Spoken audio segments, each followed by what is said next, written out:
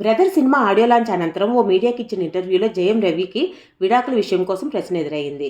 ఆర్తికి విడాకులు తీసుకోవడం ఇష్టం లేదా అని ఎవరో అడిగితే, నాకు విడాకులు కావాలి, ఒకవేళ ఆర్తికి విడాకులు వద్దనుకుంటే తను అన్నట్లుగా కలిసి ఉందాం అనుకుంటే ఇంతవరకు నన్ను ఎందుకు కలవలేదు అని చెప్పారు.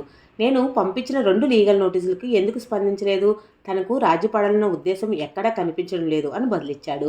Singer, spiritual healer Kenisha ఫ్రాన్సిస్తో dating రూమర్స్పై స్పందిస్తూ, అసలు ఈ పుకార్లు ఎందుకు వస్తున్నాయి, అనవసరంగా మూడో వ్యక్తిని ఇందులోకి ఎందుకు లాగుతున్నారు, నేను కెనిషాతో కలిసి ఆధ్యాత్మిక కేంద్రాన్ని నెలకొల్పాలని ప్రయత్నిస్తున్నాను, అందుకోసం మంచి లొకేషన్ వెతుకుతున్నాం, నా విడాకులకు దీనికి ఏమైనా సంబంధం ఉందా, ఈ పుకార్ల వల్ల మా కుటుంబాలు ఇబ్బంది పడుతున్నాయి అని తెలిపాడు.